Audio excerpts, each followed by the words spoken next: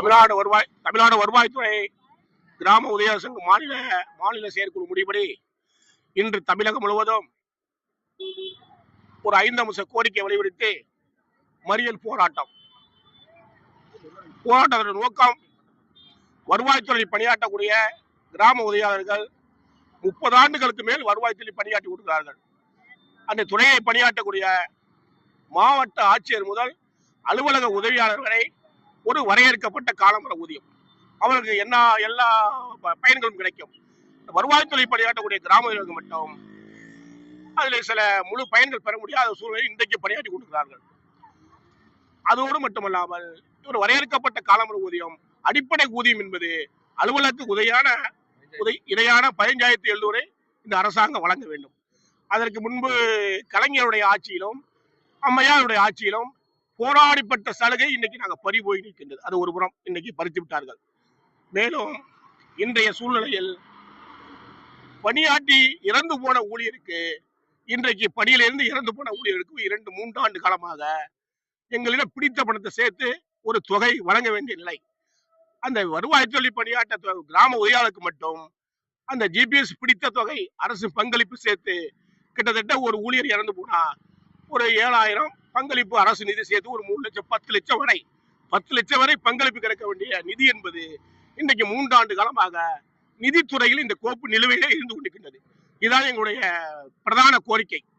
அப்ப இறந்து போன ஊழியருடைய நிதியை கொடுக்க வேண்டும். இதை கேட்டு பல கட்டம் நிதித்துறை செயலாளர் 72 பேர் உண்ணாவிரத போராட்டம் இதெல்லாம் நடத்தின பிறகும் இன்னும் இறந்து போன ஊழியருக்கும் ஓய்வு பெற்ற ஊழியருக்கும் இந்த அரசுடைய பங்களிப்பு சேர்த்து வழங்க இன்றைக்கு இந்த அரசாங்கம் மறுத்துக் கொண்டிருக்கின்றது.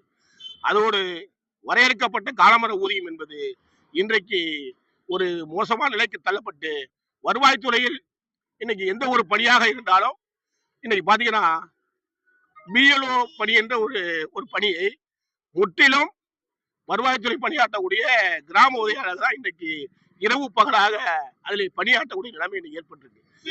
மாவட்ட ஆட்சியருக்கு அழைத்தா செல்ல வேண்டும், வருவாய் கோட்டாட்சியர் அழைத்தா செல்ல வேண்டும், ஆரை அழைத்தா செல்ல வேண்டும், விஓ அழைத்தா செல்ல வேண்டும்.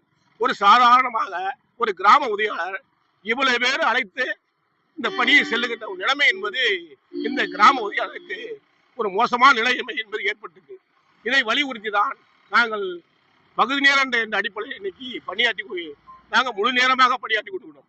அதை தான் இந்த அரசாங்கத்தை வலியுறுத்தி வரையறுக்கப்பட்ட காலமுறை ஊதியம் 15,700 வழங்க வேண்டும். இதான் பிரதான கோரிக்கை. இதை கோரிக்கை வலியுறுத்தி ஒரு 5 அம்ச கோரிக்கை. அதே போல கிராம நிர்வாகம் ஒரு 10 ஆண்டு மொழி இருந்தாதான் விஓ பதிவு, அந்த 10 ஆண்டு என்பதை 6 ஆண்டாக குறைத்து விஓ பதிவு படிப்புகளை வழங்க வேண்டும். பிரதான கோரிக்கை. இன்னும் சில நிறைய கோரிக்கைகள் வலியுறுத்தி இருக்கின்றது.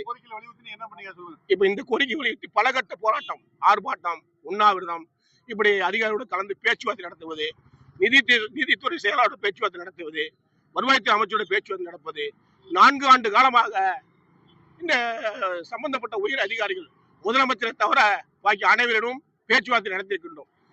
அது எங்களுக்கு இன்னும் கோரிக்கை நிறைவேறாத சூழ்நிலை.